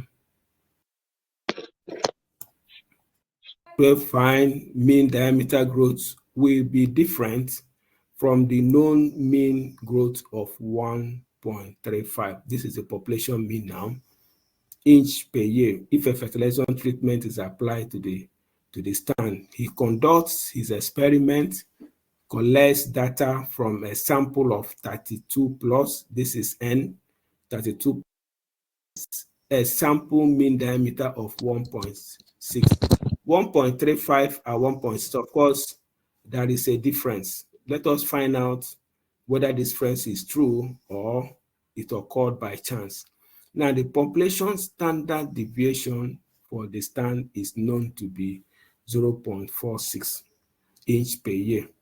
Does he have enough evidence to support his claim that there has been an increase? Now, step 1, state the null and alternative hypothesis. The null hypothesis here is the population mean equals to, because it's already known. I hope you're seeing my cursor. It's already known to be 1.35 before the fertilization treatment occurred. Now, the alternative hypothesis, we have not said it will increase or it will decrease, but rather he said he has conducted the experiment and this is what he has found, and he feels that there must be difference after the treatment. Now, the alternative hypothesis states population mean not equal to 1.35. He has not concluded that it has increased or it has decreased. Now, state the level of significance. We choose a level of significance of 5%, and the alpha here is 5% is always 0.05. That is the level of significance. Now, we'll go ahead and compute the statistics. For this problem, the test statistics is now 1.6 is the sample. Please take note.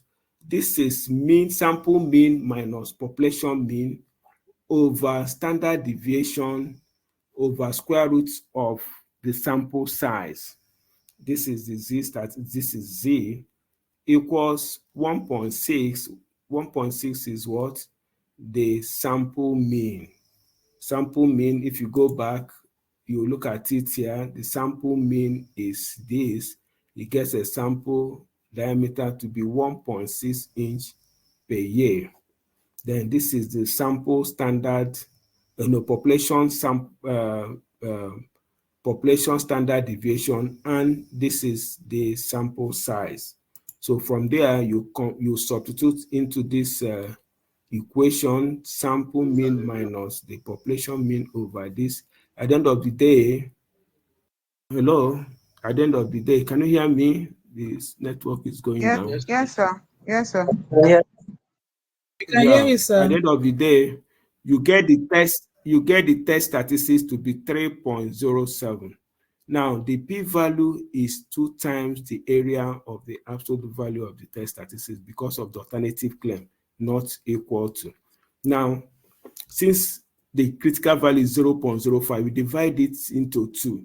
If you divide 0.05 into 2, what you're going to get is 0.025 becomes your area of rejection. This one is area for rejection. And you now look at the test statistics. Test statistics, remember, is 0, 1, 2, 3, 4. It increases along this region. Okay? It goes this other way, reduces along. Now, you look up the area for the z-score of 3.07 in the standard normal table. I will remove this and go to the standard table, and you multiply this by 2 to get the p-value. Multiply this by 2 to get the p-value. 3.0. Let me unmute this. Let me remove this and call up the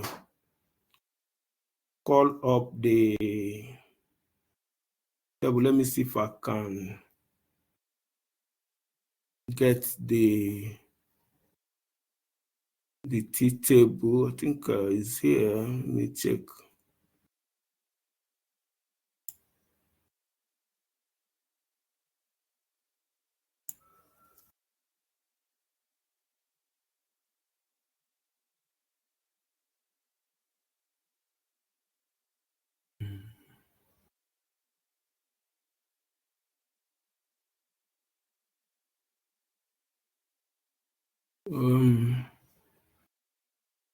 What do I do? Let me enlarge it. Remember, we got 3 points. We got 3.05. Where is 3.0?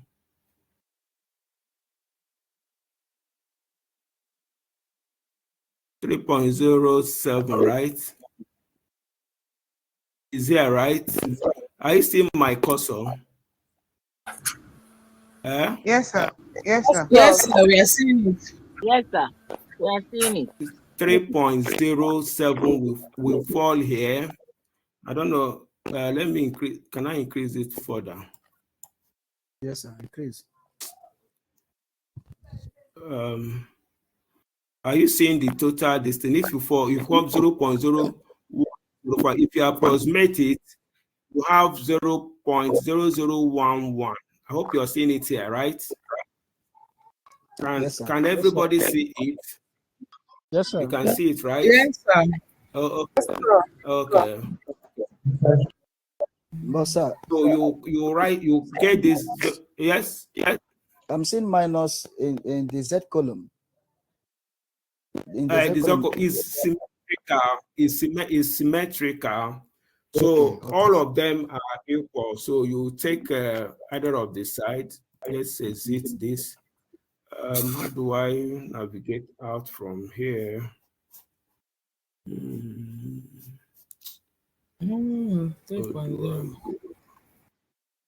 Why do okay, I think I can hide. Oh, wow. Okay. What is do I go from here now? Okay, let me. Okay, we are back. Now, we got 0.001. Since it is one side, we need to multiply 0.02 because it's two-sided test. When you multiply, you will have 0.0022. Now, compare the p-value to alpha. Alpha is what? 0.05. Which one? 0.0022 and 0.05. Which one is greater? 0.05 is greater. Which one is greater? 0.05 is greater. 0.05. Yes, 5 is greater. Now, use the decision rule. If the p-value is less than alpha, reject what? Reject null hypothesis. In this problem, since the p-value is very low, is less than alpha, what do? We reject null hypothesis and accept alternative hypothesis that what? That there is an increase. That 1.6 inch per year is actually is statistically different. There is inch. There is a difference from the diameter of the pine after fertilization. Is that clear? Can you hear me? Yes, Prof. Yes, Prof. Can you hear me? We can hear you. Because assuming that after multiplying 2 by this value, we got and we are getting 0.6. What does that mean? What does that mean? It means that it's not what? Significant, because it is greater than what? Alpha.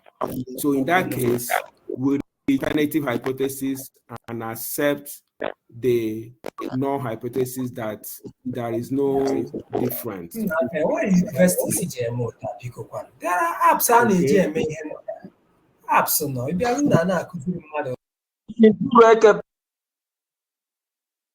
so we reject the null hypothesis in this matter and accept the alternative hypothesis that actually there is difference, and that's what the fertilization actually played a role to increase the average diameter of the pine.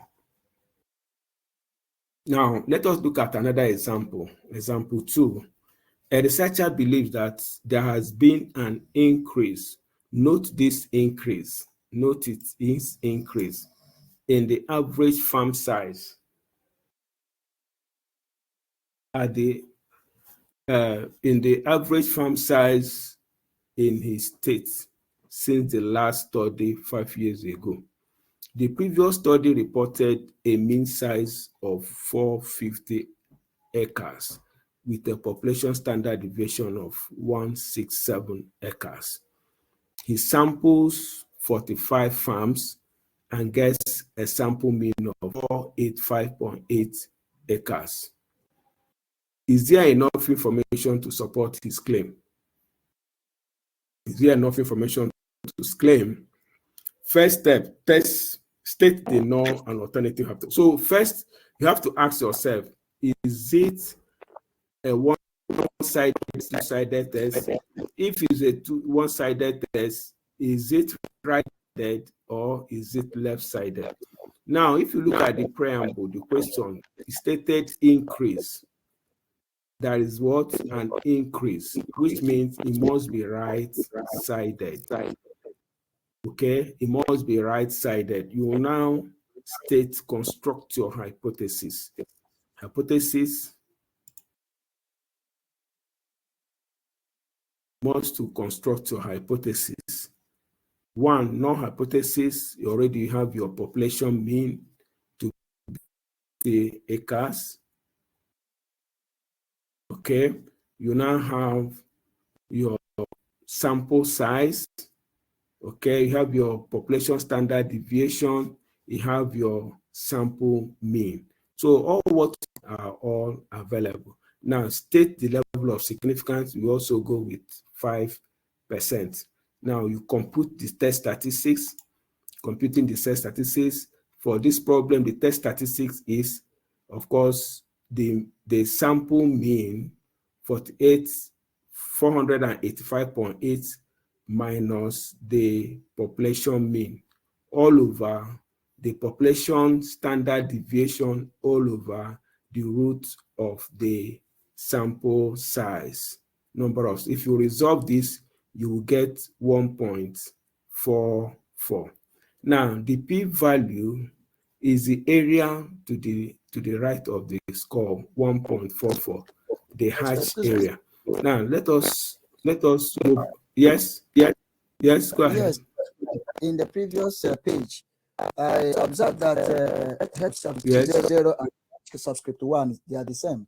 450, 450. Why? Okay, let me go back to the. You mean here? You mean you've not been following then? Okay, it's greater than. You mean this? Yes, sir, I get it now. This one is greater than this is the test. You're testing the claim of the normal or the null hypothesis. Okay. Is there anything? Do I go ahead now? Go ahead, sir. Do I go ahead? Yes, sir. Go ahead, sir. Go ahead, sir. Okay, now we have resolved this. Remember, this model is sample mean minus population. Write it down in your jotter. Sample mean minus population mean over population standard deviation over the square root of n. N is the sample size. By the time you remove this, you get your test statistics score, test statistics value. And this test statistics value is what you're going to take to the table. Okay, you take it to the table. Let's go to the table and see what 1.44 will give us. About that 48.5. Please repeat what you say. Say sample minus population mean Don't worry, I've left that all over. We have sample mean all over, sample mean minus population mean over population standard deviation over the square root of sample size. Okay, 1.44 into 4. Where is 4 here? Sorry, where is 4? 0.4, 1.4. We are going to get, are you there now? 1, 2, 3, 4. We are going to get 0.7636. I think that is where we are. No, I think it's here. We're going to get 0.07493. Okay? Yes, sir. Okay. So that is the p-value score, the hatch area. We now have 0.0749. So approximately we are removing the tree. Now, if you look at it, if you look at the area of rejection and it's a seeded, 0.05 of course is here, and test statistics gave us this. Now, if looking at these things, what does it tell you before we move further? Of course, it falls under the area of acceptance of null hypothesis because it's greater than 0.05. Now, compare the value to alpha and state a conclusion. Use the decisions. In the problem, the p-value 0.07, of course, is greater than 0.05. So we fail to reject the null hypothesis. We accept the null hypothesis. Of course, if you look at the CUM, if you look at this, it also falls under the area of acceptance of null hypothesis. If you look at the value, 0.07 is more than 0.05, which is a critical value. I hope you're hearing me. Everybody's hearing me clearly. Yes, sir. Yes, sir. Yes, sir. Yes, sir. We're hearing Yes, you. the area of the test statistics is greater than the area of the alpha. So we fail to reject the null hypothesis.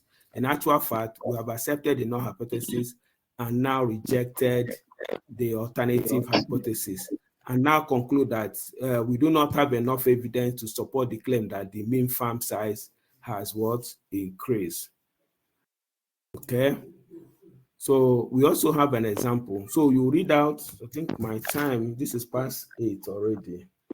I booked for, okay, a test. Let us look at this, or you can try this.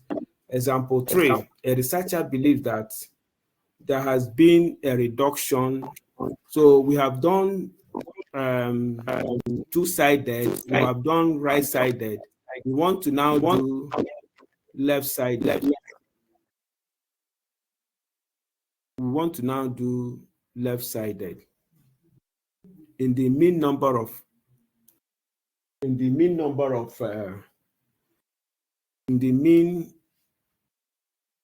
of hours that college students spend preparing for final exams.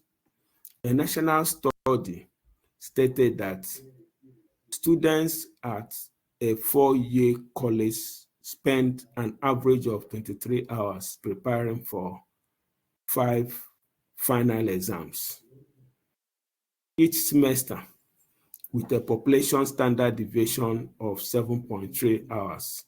The researcher sampled 227 students and found a sample mean study time of 19.6 hours. Does this indicate that the average study time for final exams has increased? Use a 1% level of significance to test the claim. Excuse me, just a minute.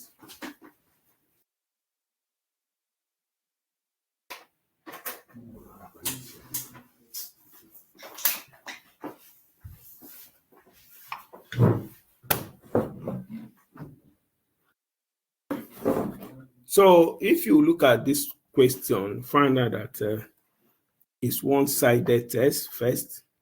We're talking about reduction. If you look at the question, read it again, you find out that he's trying to say has been a reduction in the mean number of hours that college students spend preparing for final exams.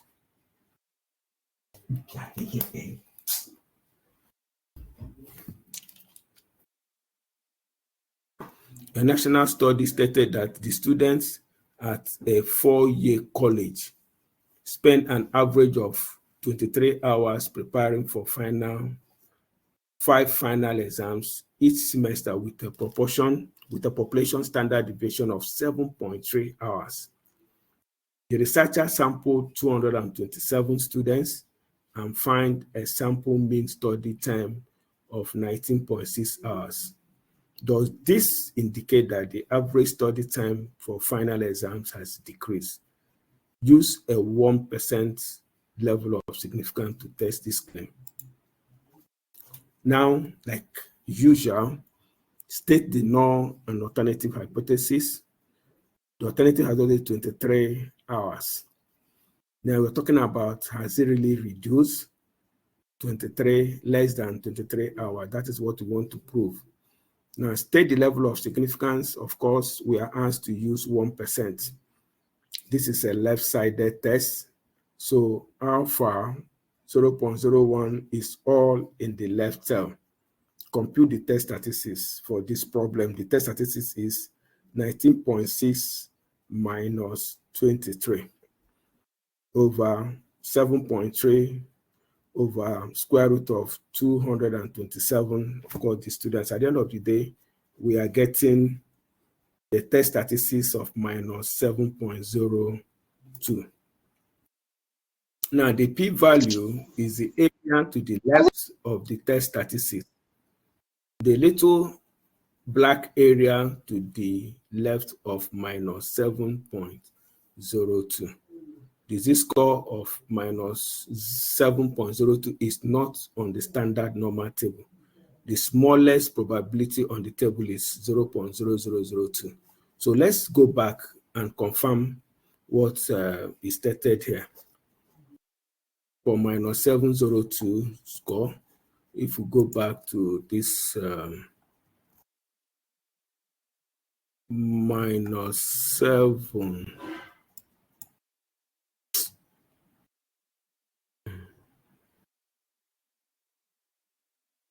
minus 700, of course, it's not in the table. It's not in the table here. Minus 7. What we have here is 1.07. So the least or the highest value here, what do we?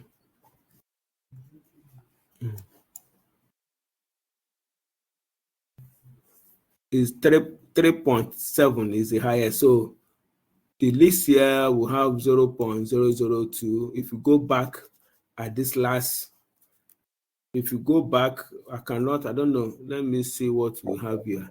You have 0.002. The least is 0.002. So it's not in the table. The least one you can get in the table is 0.002. Can you hear me? Now, we know that the area for this coordinate is smaller than this area probability. Therefore, the p-value is less than 0.002. So which means it's far less than the 1% we are talking about. The p-value compared to the level of significance for the left-sided test, compare the p-value to the alpha and state a conclusion. In this problem, the p-value is less than 0.02, which is less than the alpha. So we reject the null hypothesis. So we reject the and accept the alternative hypothesis. we reject the null hypothesis. We have enough evidence to support the claim that the mean final exam study time has what? Decreased below 23 hours. What is, if you look at this, what we got is 19.6. So actually, the mean study time has what? Decreased. So this 19.6 is not a chance event. It is statistically what? Different. And you have enough evidence to support it statistically that it actually has what? Decreased. So that is so far we have done today. In the p-value approach, the p-value is the area. The p-value is the area associated with the test statistics. In this method, we compare alpha, which is also area under the curve, to the p-value. If the p-value is less than alpha, please take note of this. I don't know how to color it. If the p-value is less than alpha, we reject the hypothesis. This is a decision rule which must apply your taking decisions when you, after getting your test statistics. The p-value is the probability of observing such a sample mean when the null hypothesis is true. If the probability is too small, less than the level of significance, then we believe we have enough statistical evidence to reject the null hypothesis and support the alternative hypothesis. So it is important that samples for scientific investigation are representative of the population. The conclusion of statistical tests is the final decision of the hypothesis test. The conclusion must always be clearly stated, communicating the decision based on the components of the test. It is important to realize that we never prove or accept the null hypothesis. We are mainly saying that the sample evidence is not strong enough to warrant the rejection of the null hypothesis. You may even increase or change the mode of your analysis or experimentation, and at the same time, it becomes what? Significant. You may not even reject the null hypothesis again. So that's why we limit ourselves, that we do not have enough evidence to, at that moment, to either accept or reject the null hypothesis.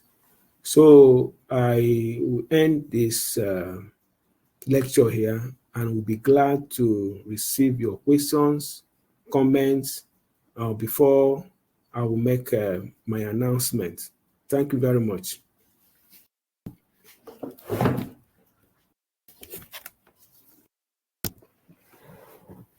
Thank you. So you can go ahead and ask your questions if you have any. In the next 20 minutes, you raise up your hand, you unmute yourself, and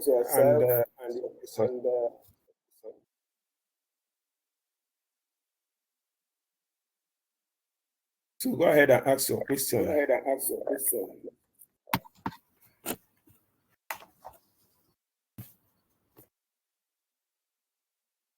So by tomorrow, your quiz will be available. You will have between tomorrow and tomorrow is Tuesday. So you have between Tuesday and Wednesday to answer 10 questions, multiple choice questions on what we treated today, and lesson 1 and lesson 2. So prepare yourself to be available in your LMS, in the LMS, so that submit. You have 20 minutes to answer the question. Adedegun Oluwafemi, please answer your question. All right, sir. Good evening, sir. Good evening. Thanks for today's lecture. My name is Adedoyin Oluwafemi. Please, sir, I noticed on the LMS, on the Moodle app, that the lecture was slated for 7, but we started earlier. So it made it No, impossible for me it to. started 6 p.m. It's clearly there. It's ready And to end by 8:30. there's a notification I keep seeing on the app. Someone is posting 7 o'clock for that lecture. It's on the app that kept coming up. So Wow, and maybe it's an error. I even had to go extra mile of reminding you in your group chat that the class will commence 6 p.m. as agreed. I remember I did that. So right. I don't really know where that error is coming from. But however, Then I'm sorry it's- about that. Always check. All right, sir, no problem. Okay. Then I noticed that we have done Okay. a lot now today. You said we will have a quiz. Have we done 3 classes or 2? Classes now. Yes, this is my Quiz. second lecture. This is my second. Seconds, right? My second. Yes. Second. If you look at So this is even the questions are tagged, the notes are tagged, the week 1, week yes. 2, everything is structured properly. Please, can you give us time so that we can So get familiar with this no, very we well? can't. We don't do that for any lecture. At the end of every class, in fact, the quiz is supposed to be available immediately after every class. You do it and submit. Okay. That is how this thing is. That's right. But I want to be lenient to allow you relax tonight. By tomorrow, it will be available. You do it. What time, sir? That is the way it is. I don't know. The LMS is your companion. If you wake up in the morning, you check the LMS and check whether there is something available for you to Indeed, is our companion. attend to Thank you, it. sir. All right, sir. So anytime, but however, it's not something to worry so much. We are your friends. But one thing you have to do for me is being the manner you are following up in the class. Somebody will just log in and start talking about another thing or differently. Like the guy in Okri, he was busy with other activity while logging in. If you're sure you don't want to listen, don't want to pay attention to the lecture. Why logging in? If you don't have time for the lecture, please don't bother logging in. You're disturbing the class. It doesn't show any sign of maturity for Christ's sake. It's very wrong. LMS has come to stay. We should learn the manners of following it. We are all adults. There is no person who is I personally screened this class. There is no person who is undergraduate. There is no person who didn't have first degree that is in this class. So we should expect high level of maturity and depth in the class. He's still here? Okay, he's still here. He's busy with another meeting altogether. He logged in here just to destroy the class, to distort the class. He has no business being here. Why should we tolerate him? He has no business being here. Is it the person I want to give tests? He will say I should wait and give him all the time to do tests. Hello, sir. It will not work that way. It won't work this way. We can't continue in this manner at all. Hello, sir. We can't continue in this. Hello. Hello. Hello, sir.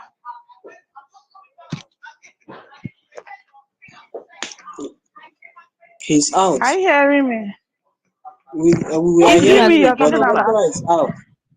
You've been How was I disturbing the class disturbing the all class? this Are while. you how now? Your How was I disturbing your the mic classes? was How? open. Your mic was What is open. that? The My mic noise was open everywhere. You are nonsense. disturbing the class. Can you imagine? I didn't even know he's a female. My mic The was normal what? thing I to don't do, the understand. normal thing to do is that whenever you join any virtual meeting, if you are not a speaker, you mute your mic. My And mic has been mute now. if video is not in demand, you also mute your video, your camera. The last name Prof called here. You left your mic very open. angry. We are on, and it was just disturbing the class. Network was disturbing me now. That's why I was logging in and out. Once I was not hearing the lecturer. Once you log in, the first thing to Next do is time. to just mute your mic. Oh, wow. Don't hear.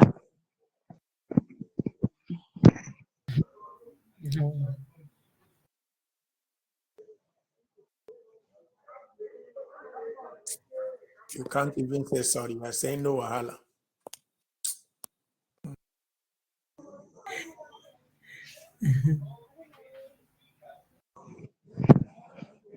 Quiz tomorrow. Let's go and prepare.